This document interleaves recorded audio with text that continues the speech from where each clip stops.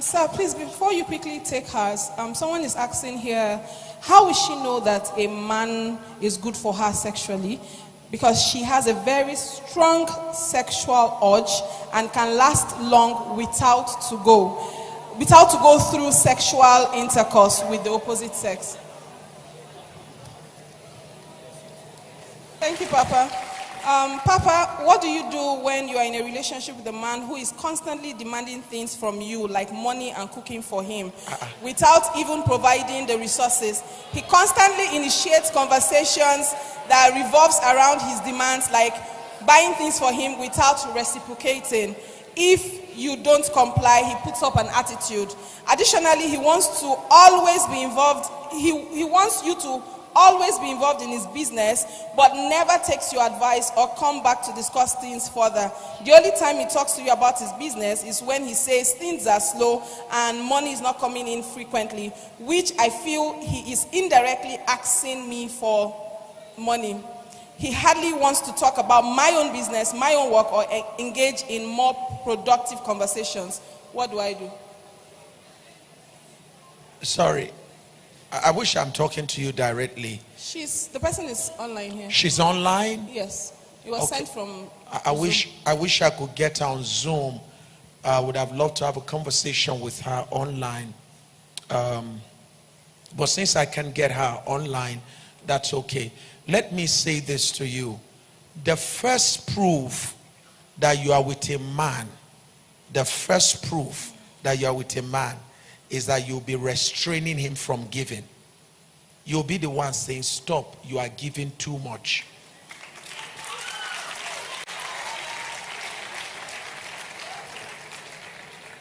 Are you getting what I'm saying here? Because God created man in whose image? In his own likeness. For God so loved that he what? Gave. The proof of love is what? So, sisters, I don't know why you are in this kind of situation. You hear it in church and you still run into the same problem. The proof of love is what? Husbands, do what? Love your wife. Is that not what the Bible says? As Christ did what? Love the church and what? Gave. For God so loved that God did what? Husbands, love your wife as Christ loved the church. And so the proof of love is what? Taking, receiving. Is that what love is all about? The first way you know you've met a man that is your husband is that in the little, no matter how small, you will see a commitment. He may not have money to give, he will give you encouragement. He may not have money to give, he will give you support. There's something you will use to know a man when he steps into your life. He will give you encouragement, give you support. He will give you some kind of, for those of us that have low self-esteem, he will give you validations, affirmation. You look beautiful. There is something about a real man, he gives. Am I talking to somebody here? And please, something is fundamentally wrong with you as a lady. When you just meet a guy and you're in a relationship with the guy, you are the one giving. You have a need to be needed.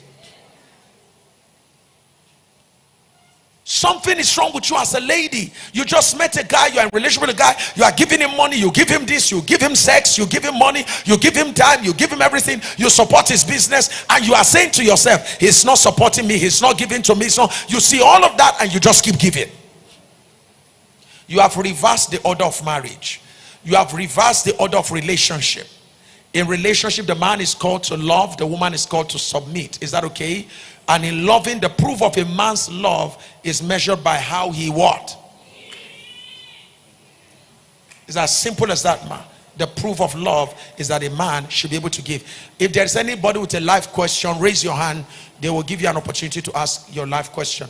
If you have a life question, you can come here. Yeah, if you have a live question, I just want the first 5 of you to come close. First 5 to quickly come. First 5.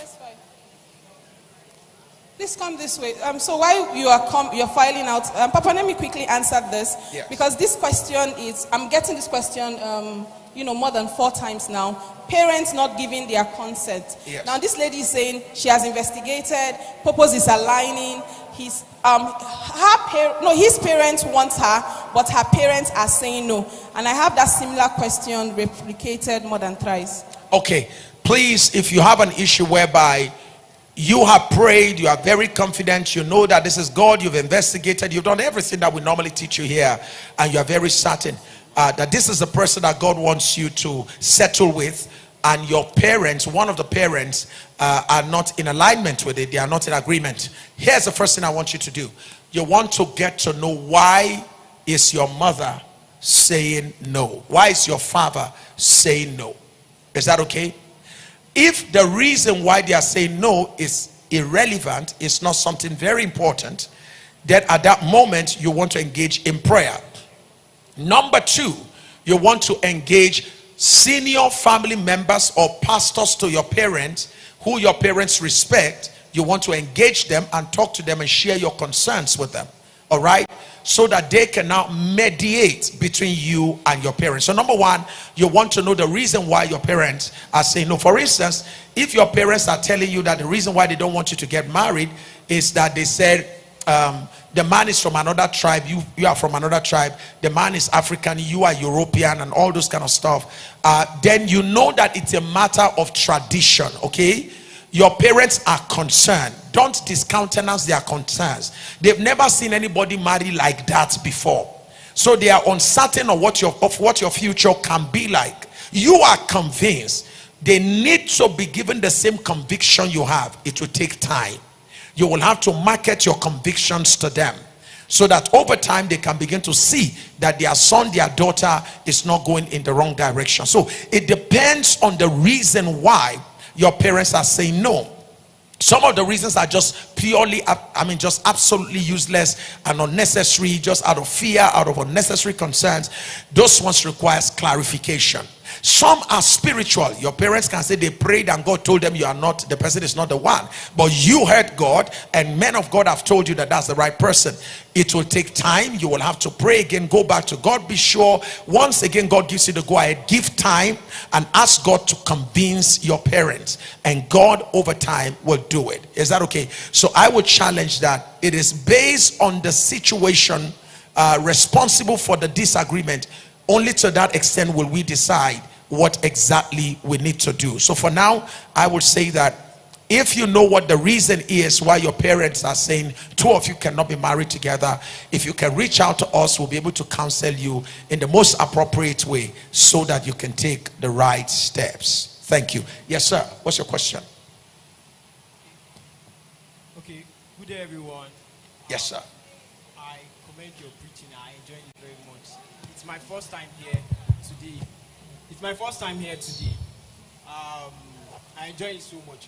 Now, my first question is... Can we have a sound on this mic, please? Yes. Okay. I say it's my first time here. My name is Moses Bright Emekem. It's my first time here. What do you do? I'm actually a student, but I'm actually a borehole driller. I drill borehole. Really? Contract borehole drilling, yes, sir. You know how to drill borehole very well? Yes, sir. If I give you a job, you can do one for me? Very well, sir. All right, see me after the program. Okay, sir. Thank you, sir. Thank you, sir.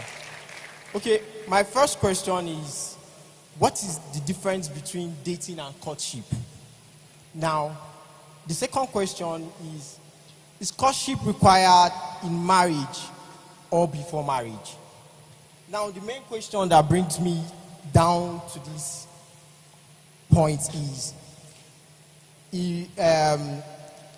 if I quote wrongly, I stand to be corrected.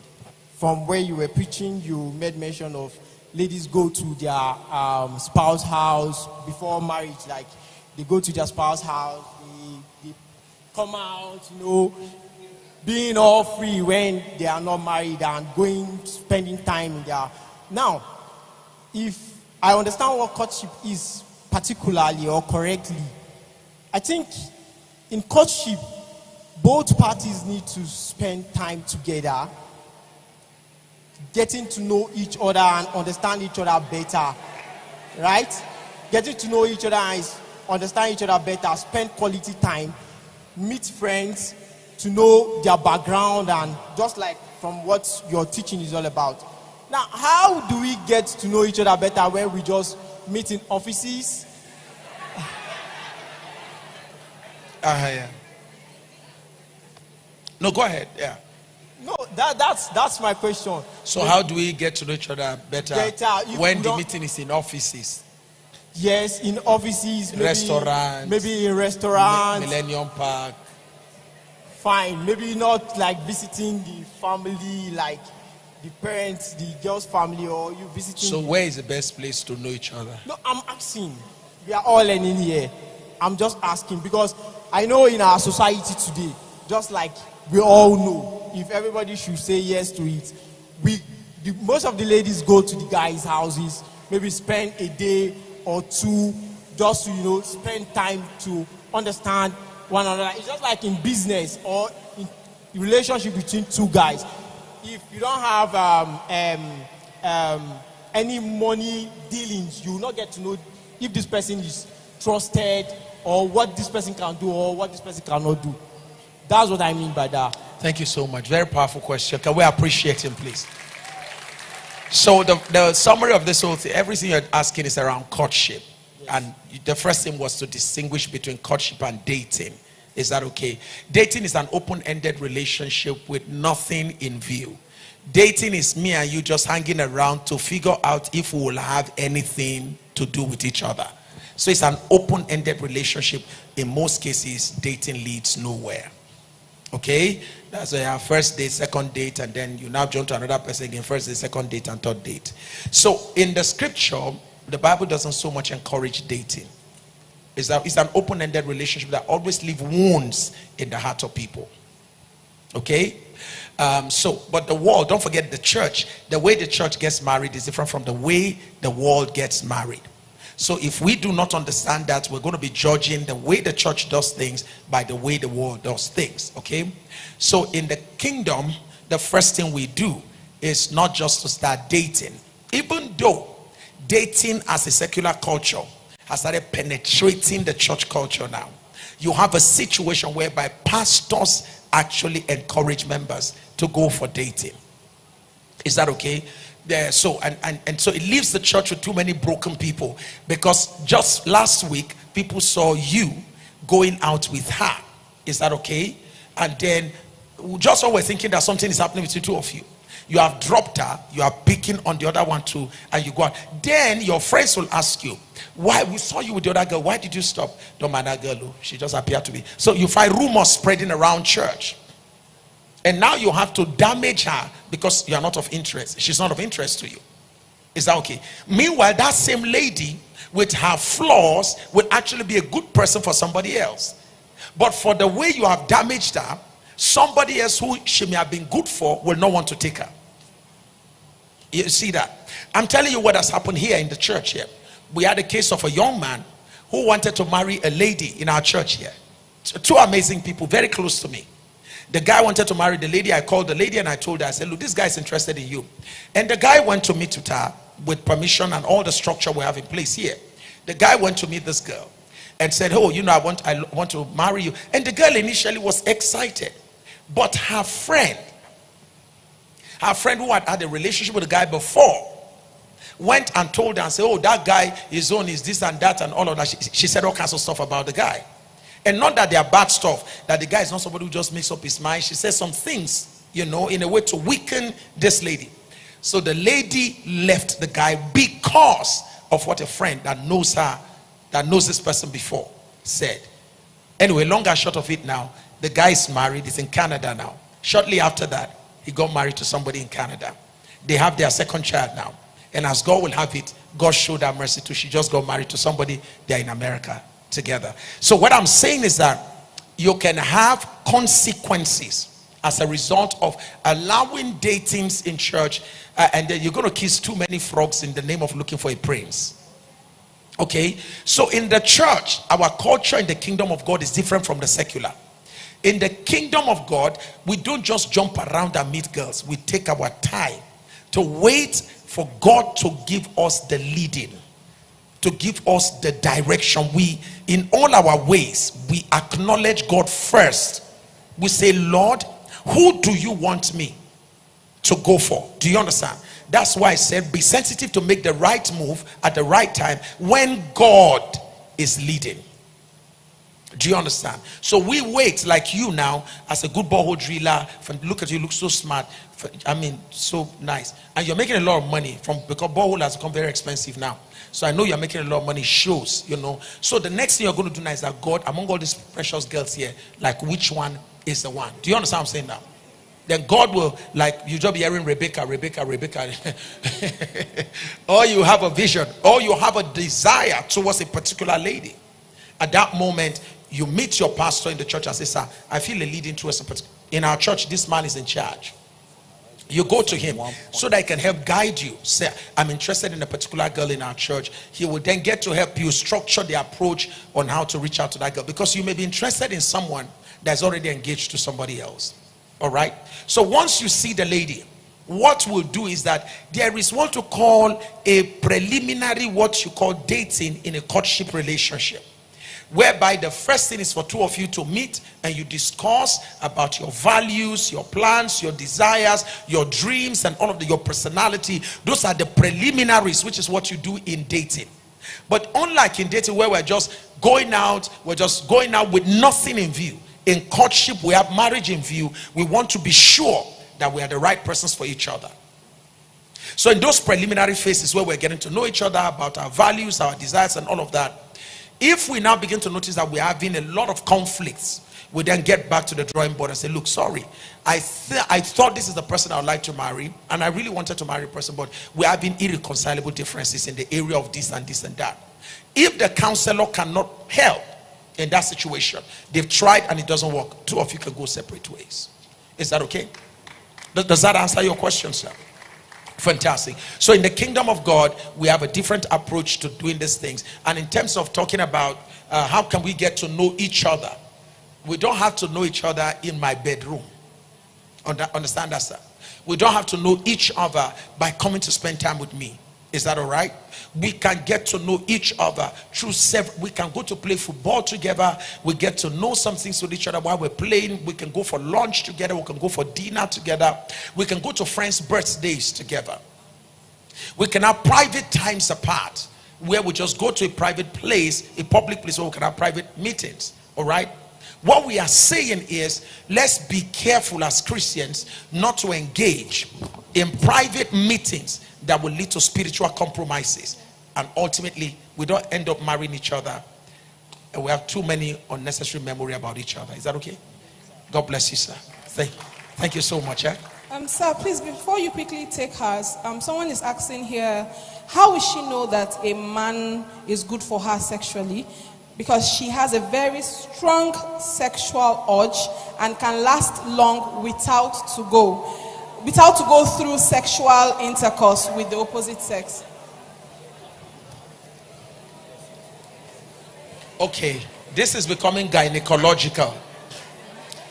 All right, let me say this. If you are a lady, you have high sex drive. Very simple. You have high sex drive, and your sex drive can be such that it lasts for a long time. They say you have high libido and all of that. Your hormones, your sex drive is very high because of the nature of your hormones. Is there any medical doctor here? Can you put off the mic before you give it to them? Put off the mic. Any medical doctor here? Are you a doctor? Huh? Are you a doctor? Okay, I thought she was a medical doctor. So one of the things that I want to quickly say here about high sex drive is that you are not going to use testing him before you get married. Madam, how much sex will you need to have to confirm that I can meet your sex drive? Your sex drive is your sex drive. Is that okay?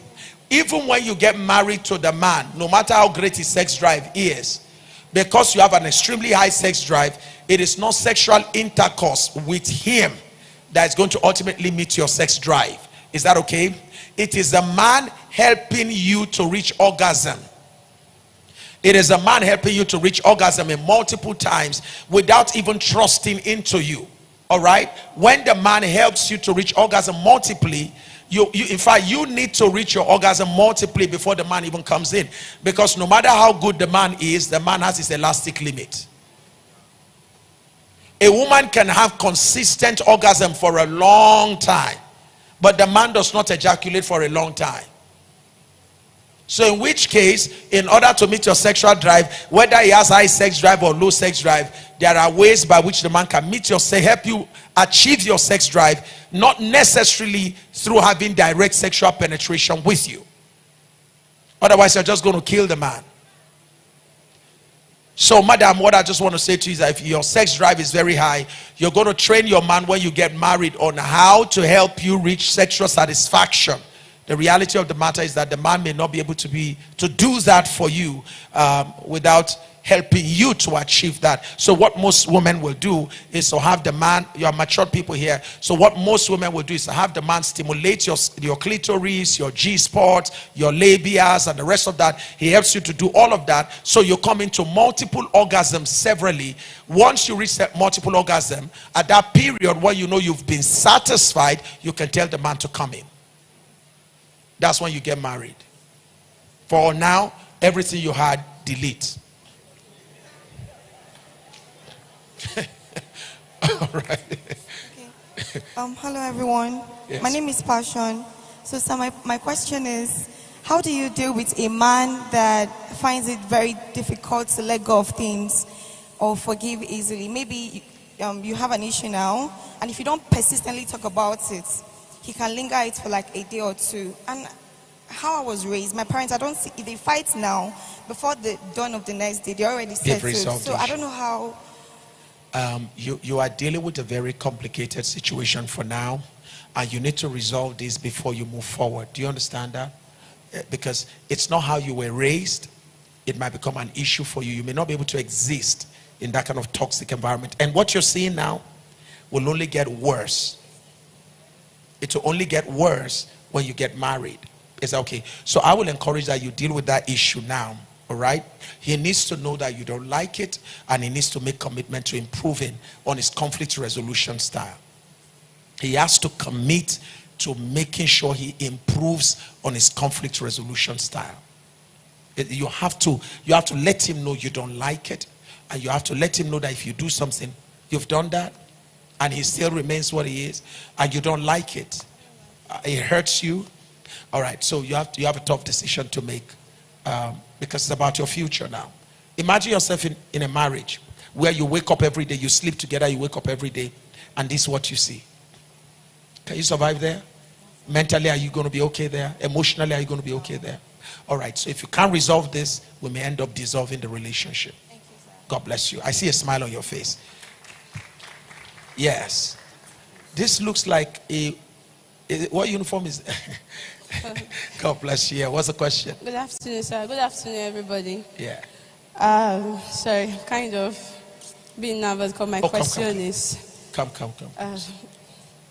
Relax. This is not Mount Sinai. This is a church of God. So what's your question? Okay, I actually wanted to know if, because of growing up as a child, the only love I've experienced is fatherly love. Okay. And growing up, my dad will always tell you, don't ask anything from any man outside there. Right. Whatever you want, ask me. Because I never grew up with my mom. She left when I was just 3 months old. I'm sorry. And my father was just the mother. He asked you, have you bought pad? Have you done this? Have you done that? And eventually he died. So I wanted to ask a question. Is that the reason why, because I get to understand that married men actually comes more closer to me, and they are more in love with me, and they want to do everything for you, show you care, rent apartments for you, do this and do that. And most of the young guys that come, I find myself being the one. I feel is a natural character because my father was always giving, so I love giving. So if you come, I want to support you, I want to help you. I can't count how many I've done that for. And at the ending of the day, they are nowhere to be found. So I want to ask, is it because of fatherly love? That's the reason why I see attention more in men and the rest. And another question is, I wanted to ask, because you talked about season. Would I say I have missed my season of marriage? Because I remember a certain time that a guy came down from London to get married to me. He was not the one that saw me directly. His elder brother's wife saw me in church and she said she likes me. And when they sent my picture, this and that. But the reason why I dissolved the relationship was because of one day I told him that I just finished from fast. And he said he's in Nigeria that they used to carry church in the head. Over here, there is nothing like witches and wizards. If you know that you want to come here, you have to behave like people in this place. And this one, that even when pastor is preaching, he's checking on time to go to make money. And he said if I want to pack my things and come there, I will have to behave like the people there. If not, he will get married to me and stay with me 3 months interval or 6 months interval. But I was not the one that saw him. When the woman explained to me, she said she was not supposed to come to church because she was sick. But the sister actually forced her to come, and she entered when they were sharing the grace. And when she entered, I was the first person she saw. And when they sent my picture to the guy, amongst every other picture, I was the only one he chose. So would I say I've missed my chance? And lastly,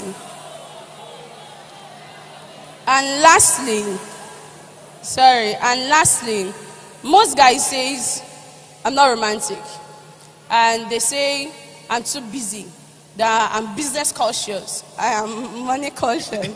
So because of that reason, I don't know if most of them are actually running away from me because of, they say I don't really give them that much attention. I told them that you don't know where I'm coming from, you don't know what I've suffered, you don't know what I've been through.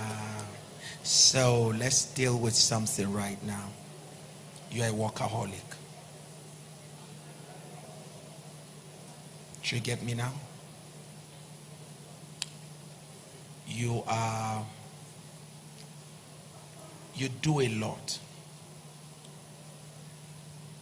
And I understand it's because you were not raised with the affectionate side of life. You didn't have a mother figure. So you were raised by more of a doing person, which is a father. Do you understand what I'm saying?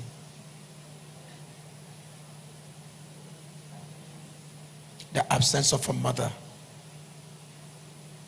really has a negative impact on us.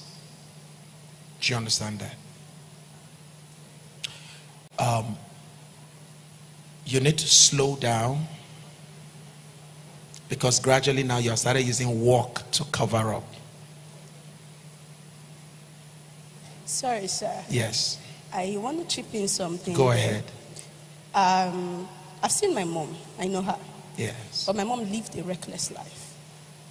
Mm-hmm. We did not grow up together, but Yes. I've seen her. And my uncles, they refused to help me because my uncle told me that he cannot invest into me because he's not sure if his investment will yield profit or not. So, and because of that, I made a vow not to be like her. And because of that, I've slept on the streets. I left my uncle because they almost killed me, working for them and the rest. And I have this passion for young ladies because I'm a network marketer. And I know so many young ladies, young girls, 16, 17, that I have accommodated because of why. One, her stepdad almost slept with her. I practically went to their house, packed her things, and gave her an accommodation. Now she's in Ghana building her business. So I have this passion for young ladies because of, I've been through so much. And I believe that if a guy is coming, at least he should understand where I'm coming from. That's the point. So that's what we're saying here. So pretty much your life now, you do a lot. Is that okay? That's why when people see you, they don't see the romantic side of you. They see more of the business. Am I making a point here? People see more of, this girl is a goal-getter, right? So the first thing that will do to most guys is that to make them to be afraid that this girl may not be a lovely, lively, and it's a wrong judgment. Because most of the things you are doing, you are using it to cover up what you truly desired. Won't you want to be loved? How will it feel like if you have a guy that just calls you and texts you and tells you how much he loves you? And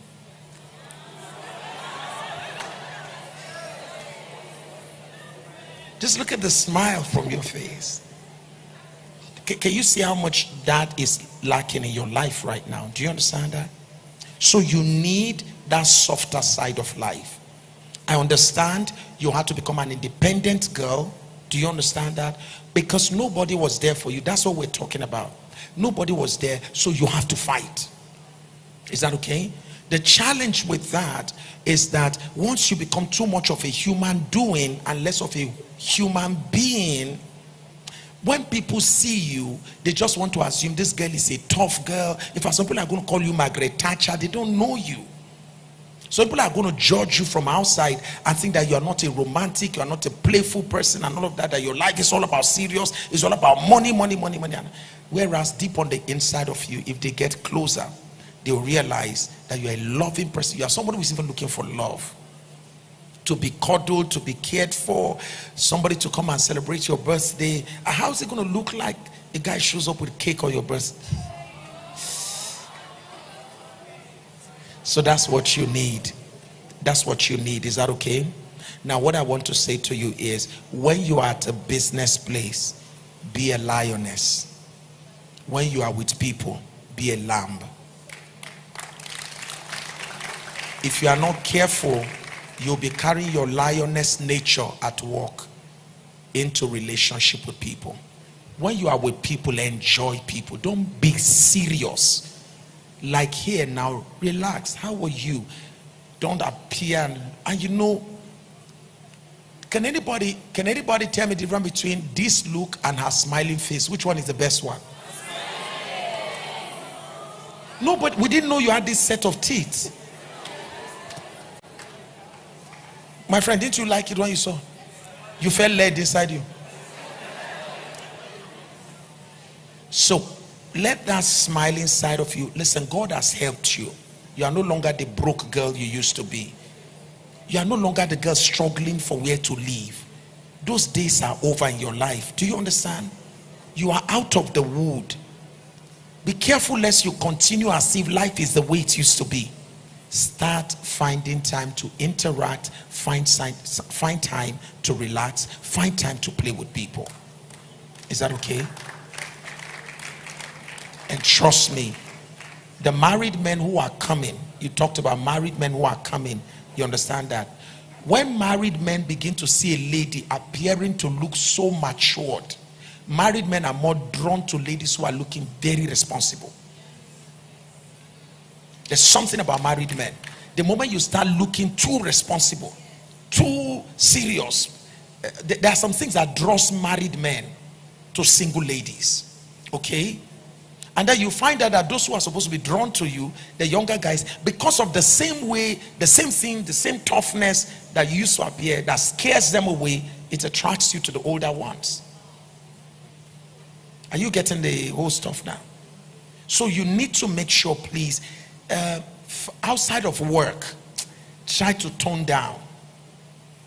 And then, by the way, learn to be in meetings where people of your age are present. Your network marketing may be exposing you too much to married people. What kind of network do you do? What kind of business do you do now? It's a network marketing I deal on health, nutritional aspects. So that's what you do currently.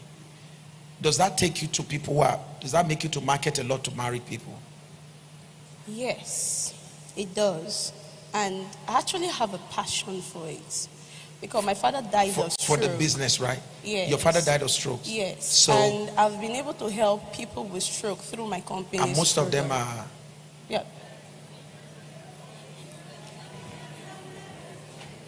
Can you see where the problem is? Your business keeps you so much in the midst of married people. And you are single. Many of these married men you are caring for have wives that don't care for them. Why shouldn't he approach you?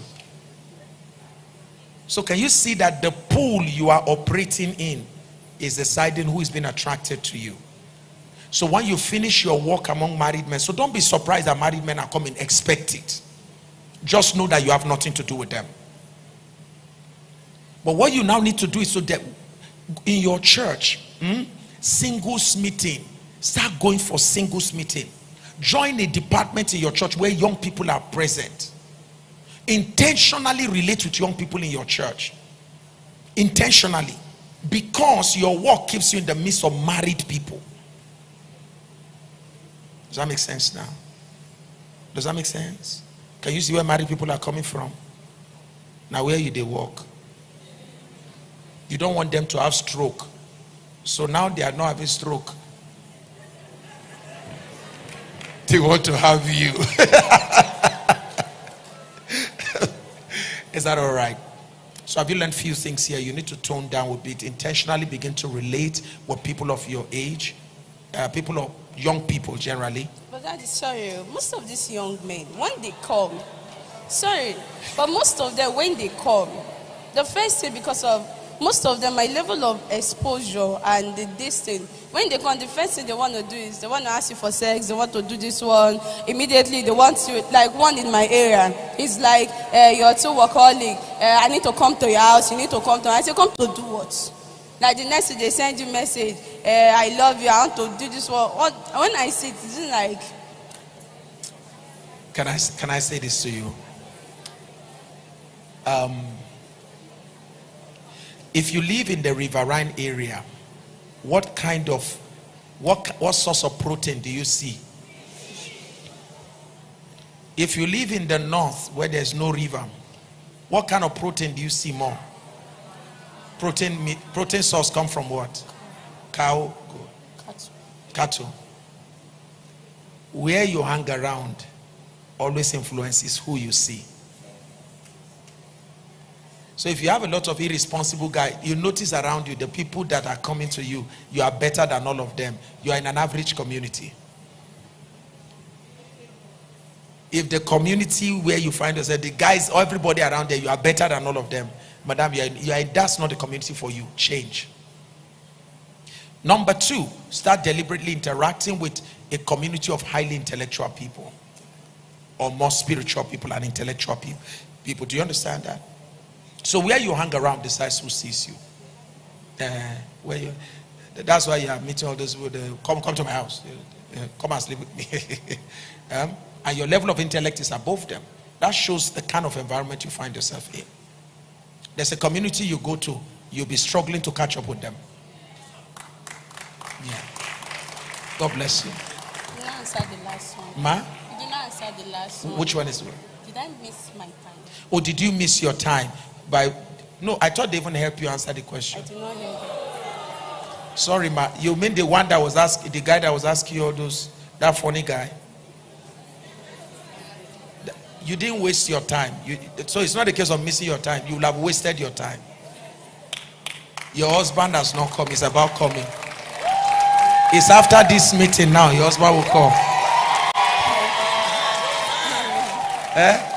Somebody is watching you now. That will soon, you will see something.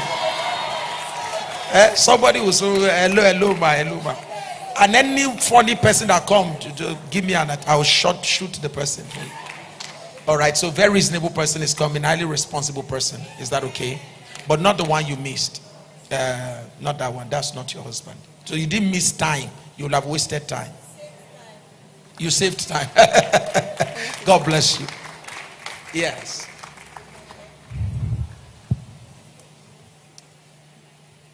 I don't know if it's afternoon. Good afternoon, church. Good afternoon. My name is Wadzanai. I'm from Zimbabwe. Zimbabwe. Yes. Amazing.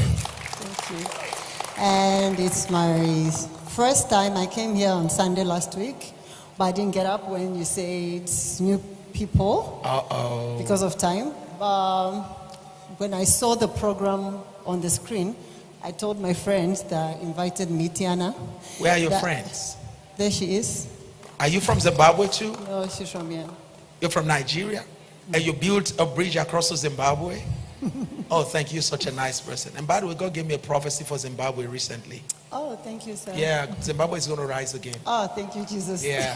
So talk to me about this. Okay, so I saw the program on the screen and I told her that I wanted to attend. Okay. And I kept on telling her we should attend. So I'm here. When you said questions, I hesitated, but I said, I think I need to speak it out because I normally say it to her most times. Okay, I grew up in a family with a mother and a father. I believe it was a loving family, but my dad didn't show us that love as his kids. You love the neighbor's children, but the affection that you're supposed to give to us, he never used to give it to us. But growing up now in dating, all the guys I meet in my life, they are like my father. Nobody shows me that love or affection. A guy comes into my life, can leave me in a week, or can show interest and leave in a day, or show interest and leave in a month. Nobody lasts for a long time. Nobody has ever asked me for marriage in my life. I always ask people, how does it happen? Like, how does it feel? Like, how exactly does a person, when he's about to propose or you're dating, how does it go? How do you know? And they will say, you always know, but I don't know. So I don't know if I'm cursed or what. It feels like a curse at the end of the day, what's happening to me. I'm 38 and truly nobody comes my way. Nobody even stops me on the road.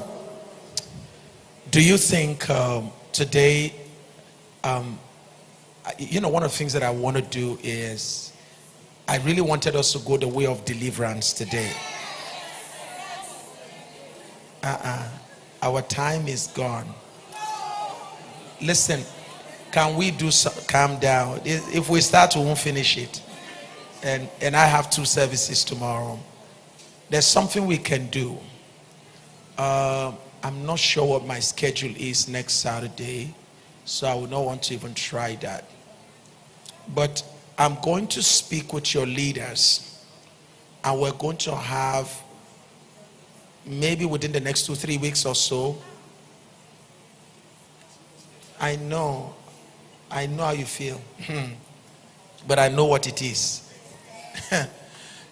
If we get into that now, you alone, I may have to spend more time with you than everybody. Okay, so here's the game. I will speak with your leaders. I'm sure you are all on the platform.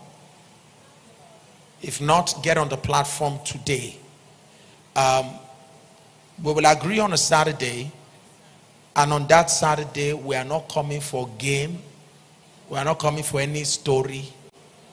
We are coming here for serious moments of prayer, and we're going to really tap into things that have to do with our lives, our marriage, and our destinies. Is that okay with us? Sorry, are we all together on board? How many of us believe that it has gotten to a point where our matter requires more than just teaching and prayer? It requires prayer. All right, so what we're going to do is, I'm not sure in my mind what the Saturdays look like, but I will discuss with Johnny and Pastor Pasonta. They will send you a message, and on that day we're going to come here not 10 o'clock, 9 o'clock. The idea is that we're going to come here fasting. We will break, we'll round up at 12. So from 9 until 12, I'm going to be on my feet here ministering to you. Are we in agreement? And you're going to pull in all your friends. Am I correct? Tell them this one, we are going to pray. Not only for your marriage, for your children. That some of you are watching me, you are not even married, but the devil has started telling you will not carry children. There are some of you listening to me right now, you should have been married, mysterious things happening. Some of you, strange occurrence, things you can't explain. Look at what she's telling us. Imagine a beautiful girl. Imagine a guy will just come, will not stay a day, will not stay a week, will not stay more than a month. Does that look normal? So it's not normal. So the first thing, ma'am, is that is not normal. Is that okay? And thank God. How long are you in Nigeria for? Are you around for a while? You reside here now? Oh, sorry. So we're going to take it up with prayer. We're going to take. Do you worship here? Okay, so fine. Hook up with Pastor Hunter. He will arrange for the 2 of you to see me. So we're going to start even before the next meeting. Is that okay? So we're going to spend time to pray with you. God bless you. That's all right. Yes, sir. Good afternoon, sir. Yes. Good afternoon, church. My question is, how do you deal with a partner that has consistent mood swings?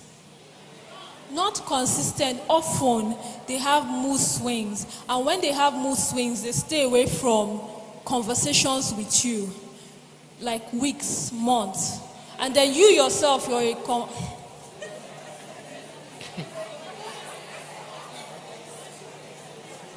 I'm hearing you. And you yourself, you're a conversationalist. You are a conversationalist. Yes. Conversationist. Huh? Yes, conversationalist. And you are in relationship with a guy who, whenever there's a problem, it goes, a guy has mood swing when he's not having period. He's not having menstrual period. Okay. Don't mind me. So you are with this guy who has mood swing, right? Yes. And his conflict resolution style is avoidance. That's what we're just saying. Yes, sir. But it's an extreme avoidance. It's an extreme avoidance. So he avoids you 1 week, 1 month, and all of that. Yes, weeks. That's what you're going to be. That's the way your marriage will look like. So you're just having a sneak preview of coming attraction. That's the way your marriage will look like. So if that's the kind of marriage you want, that's okay.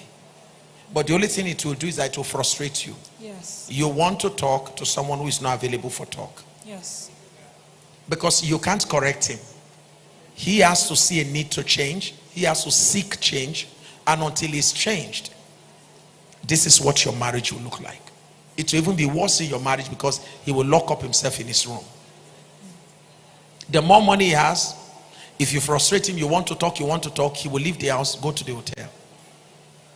So you actually have seen what your marriage will look like. So you have to decide if you like that kind of marriage, if you want it, that's okay. Okay, sir. So it's not a big problem. If you are the type that can survive in an environment where the man is not talking, just ask God for grace.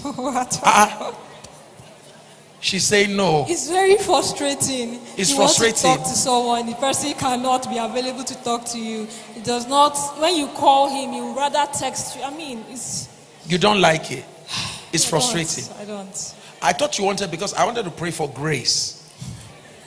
I wanted to ask God to give you grace so you can endure that kind of stuff. It's frustrating. For those of us who like to talk, yes, it's dangerous to be in a marriage with someone who doesn't want to talk. And the danger with that man is that very soon you're going to find somebody to talk to. And it might turn out to be somebody outside your marriage.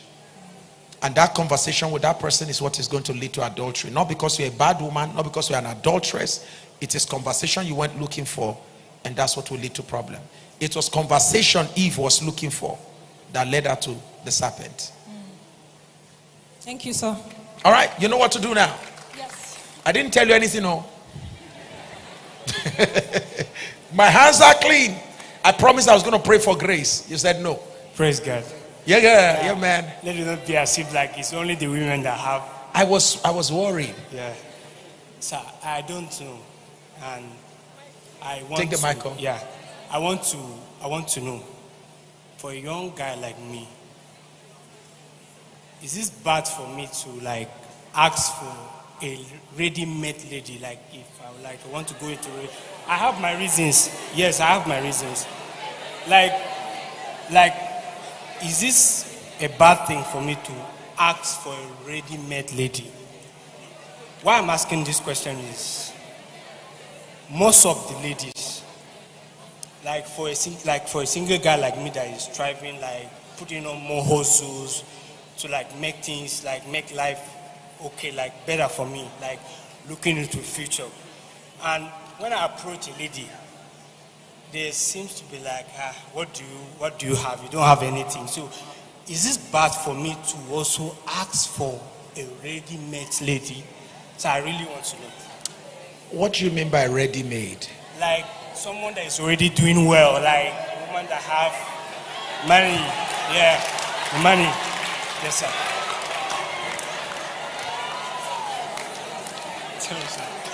Sorry. No, because it bothers me a lot. Like, it bothers you? Yeah, because most of the times, like the young girls, they don't see us guys that we do legit hustling, like legit, someone that is legit in what he's doing. And he baffled me like the other guys that, take Keep off. the microphone. Yeah, the other guys that do the normal thing, take most of the pretty girls from us, and he disturbed me a lot. The bad guys take the pretty girls. Because them, they have their ways. So me now that I want to... You are doing a legit business. Legit business. Can you marry a girl that is doing well too in life? Like, is it possible to, like, for me to look for someone that is already... Okay, for you to look for. Yes, also. Yes, because most of the ladies, when they're also... looking around for... Yeah, for already... So you just... Can I look? Can I look? Yeah. I want to go, sir. Thank you very much. Yeah. But it's a game of look. They look, you too, they look. Yes, I want to do. Another one, this, sir. But this one is, it's like a burden.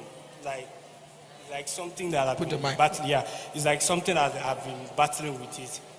Sir, I'm 29 now. I'm 29. So, like, I find it difficult to get into a relationship. Why? Because no matter how pretty a girl is,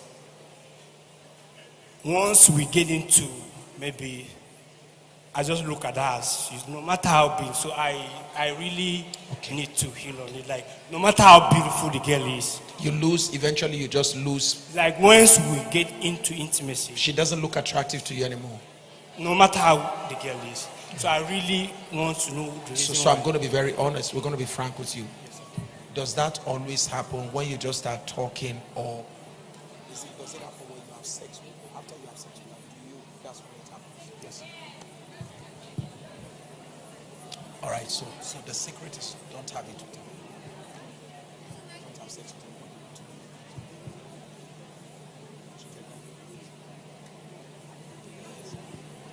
Okay. The other matters are for public conversation. But I'm going to give you an idea so that you understand the perspective of men. So I get into a relationship with you, and the bottom line is that if for any reason I have sex with you, I no longer have attraction for you. It's a common thing. It's an hunter's thing. So ladies, you are learning that firsthand.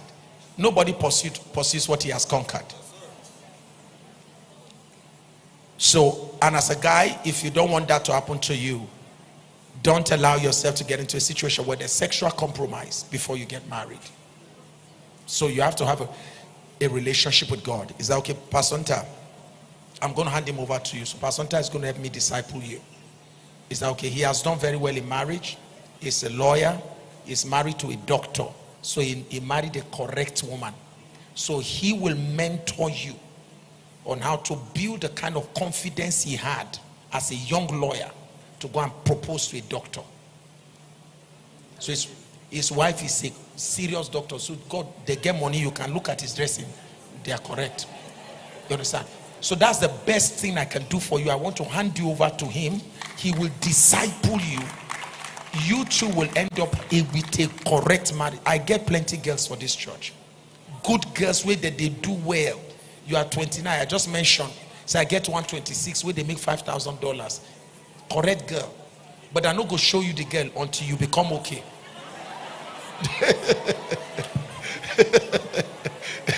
When you are okay, Dr. Pasonta will tell me that you are okay. Then I will now say, Pasonta, show him that girl.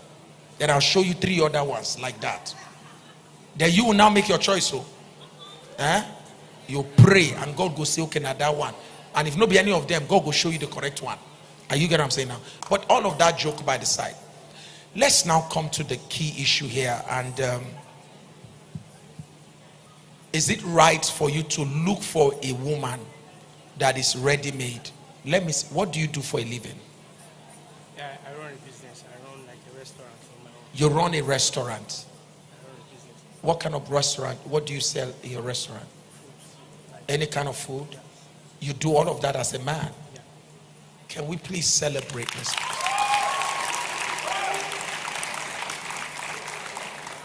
Sir, you should be proud of yourself. What you don't know is what you have. With what you have, sir, you can marry any woman on earth. Any. Which woman doesn't like food? Which woman will now know that the man she married can tell her, sleep, I will cook for you? What you don't know is that what God gave you is what most of the women who are very rich, they are looking for men. They are looking for men who can assist them domestically. I said, sweetheart, don't worry about it. Go on. You just came back from work. Go and sleep. I prepared your meal. Imagine she's waking up and she's having breakfast on the bed. You hear them now, but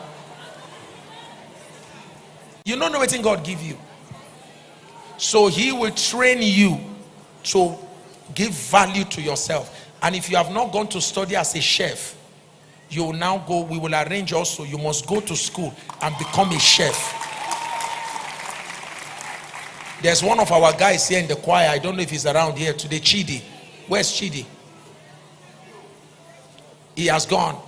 Chidi is in the choir.